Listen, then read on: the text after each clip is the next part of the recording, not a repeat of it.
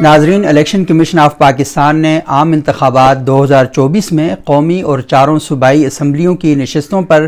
ہونے والے مقابلوں کے نتائج کا اعلان کر دیا ہے۔ الیکشن کمیشن کی جانب سے جاری کردہ قومی اسمبلی کی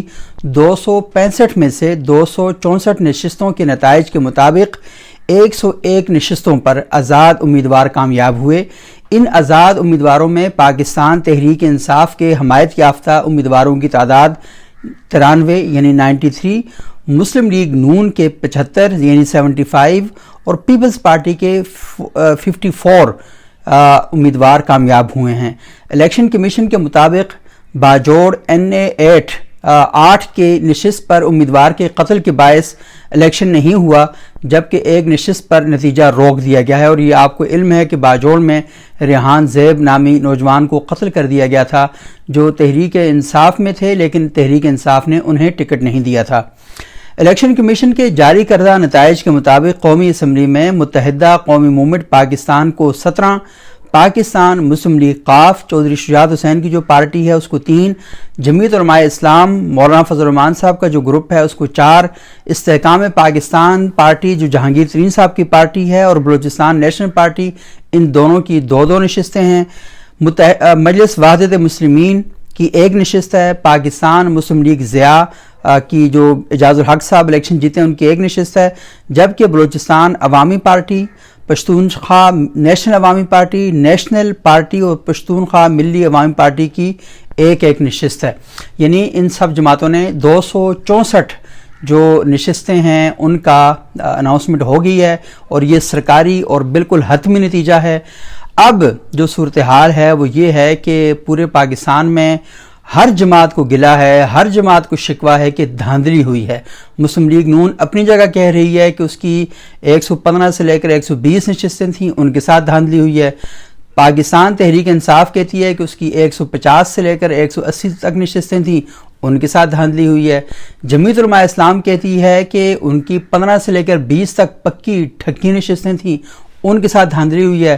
اور متحدہ قومی موومنٹ پاکستان کی واحد ایسی پارٹی ہے جو یہ کہہ رہی تھی کہ ہماری 14 نشستیں تو پکی ہیں، لیکن ان کو 17 نشستیں مل گئی ہیں۔ جماعت اسلامی پورے پاکستان میں احتجاج دھرنے کر رہی ہے اور وہ یہ کہہ رہی ہے کہ ان کے ساتھ دھاندلی ہو گئی ہے۔ اور جماعت اسلامی کو بلوچستان سے صوبائی اسمبلی کی 1 سیٹ ملی ہے، اور کراچی سے بھی یہ کہا جا رہا ہے کہ 1 سیٹ ان کو ملی ہے صوبائی اسمبلی کی، اور قومی اسمبلی میں ان کو سیٹ تو ملی ہے مولانا ہدایت الرحمان کی جو گوادر سے رکن قومی اسمبلی منتخب ہوئے ہیں، ان کا تعلق جماعت اسلامی کے ساتھ ہے، لیکن ان کو جو ووٹ ملے ہیں وہ وہاں پر جو موومنٹ چلاتے رہے ہیں، گوادر کو حق دو تحریک، اس کی بنیاد پر ان کو ووٹ ملے ہیں۔ تو وہ جماعت اسلامی کی سیٹ نہیں ہے، لیکن جو مولانا ہدایت الرحمان صاحب ہیں وہ جماعت اسلامی کے ہیں، تو انہیں وہاں سے سیٹ ملی ہے، لیکن جماعت اسلامی پورے پاکستان میں احتجاج کر رہی ہے کہ دھاندلی ہوئی ہے، اور ان کے پاس بہت سے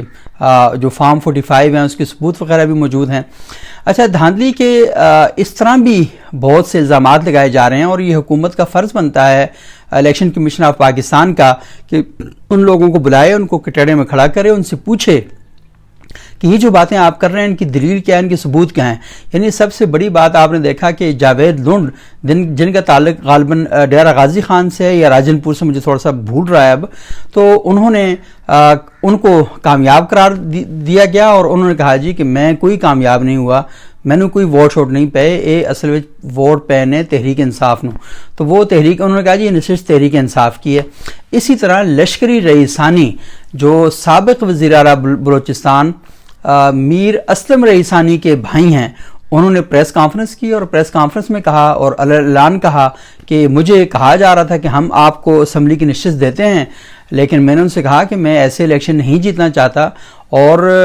جب میں الیکشن سے نہیں جیتنا چاہتا تو 5ویں نمبر کا جو بندہ تھا اسے اٹھا کر پہلے نمبر پر کیا گیا۔ اور اس کے ساتھ ساتھ فافن کی رپورٹ جو مسلسل میں اپنے وی لاگ میں اس کا ذکر کر رہا ہوں کہ اس کے اندر بھی بہت سی ایسی چیزیں ہمارے سامنے آئی ہیں جس سے یہ پتہ چلتا ہے کہ انتخابات سارے فیئر اینڈ فری نہیں ہوئے، کوئی نہ کوئی گڑبڑ ان کے اندر ہوئی ہے۔ اور یہ جو گڑبڑ ہے، اور خصوصاً جب رزلٹ آنا بند ہو گئے، جب تھوڑی سی تاخیر کا مظاہرہ کیا گیا اور رات 12 بجے تک جو جیت رہے تھے وہ ہارنا شروع ہو گئے، جو ہار رہے تھے وہ جیتنا شروع ہو گئے، تو پھر پرابلم پیدا ہوا، شکوک اور شبہات پیدا ہوتے ہیں۔ اس کی وجہ یہ ہے کہ پاکستان میں جو سسٹم ہے اس میں انجینئرنگ کی جاتی ہے اور یہاں پرابلم ہوتے ہیں۔ اس وجہ سے لوگ ان انتخابات کو صاف اور شفاف ماننے کے لیے تیار نہیں ہیں، اور عالمی سطح پر میڈیا بھی اور حکومتیں بھی، یورپی یونین،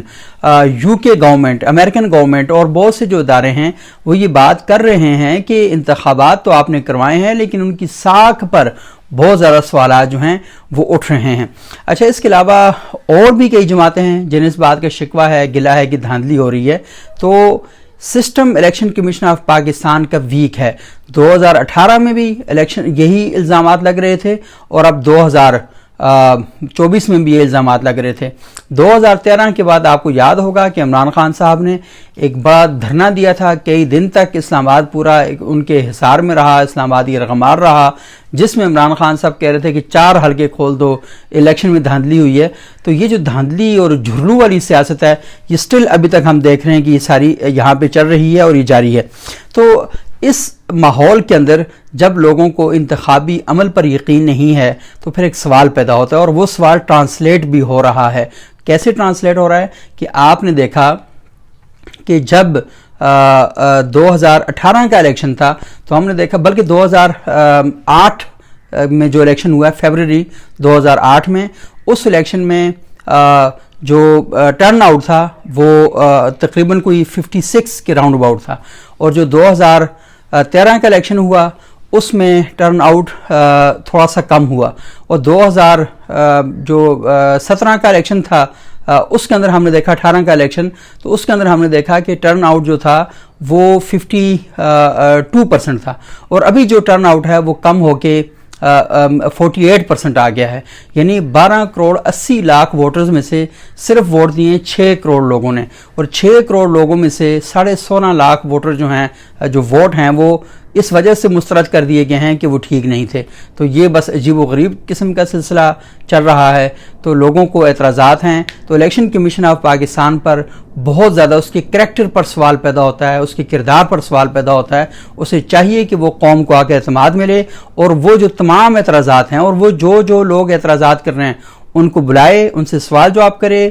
قوم کے سامنے سوال جواب کیے جائیں، تاکہ اس الیکشن کی جو مشکوک حیثیت ہے اس کو بحال کیا جا سکے۔ ادروائز پاکستان میں لوگ اس انتخابی نظام سے ان کا ایمان اٹھتا جائے گا، ان کا اعتماد ختم ہوتا جائے گا، اور اگر یہ سلسلہ مزید جاری رہتا ہے تو پھر یہ بہت ہی خوفناک ہے، کیونکہ آپ یہ دیکھ رہے ہیں کہ پاکستان کے اندر ایسے عناصر اور ایسے طبقات موجود ہیں جو یہ چاہتے ہیں کہ پاکستان کا نوجوان اس سسٹم سے اس کا جی اچاٹ ہو جائے، وہ اس سسٹم سے دور ہو جائے۔ اگر وہ اس سسٹم سے دور ہو جاتا ہے تو پھر آپ خود سوچ لیں کہ اس کا اگلا ٹھکانہ اور اس کا اگلا مرحلہ کیا ہوگا۔ تو اس لیے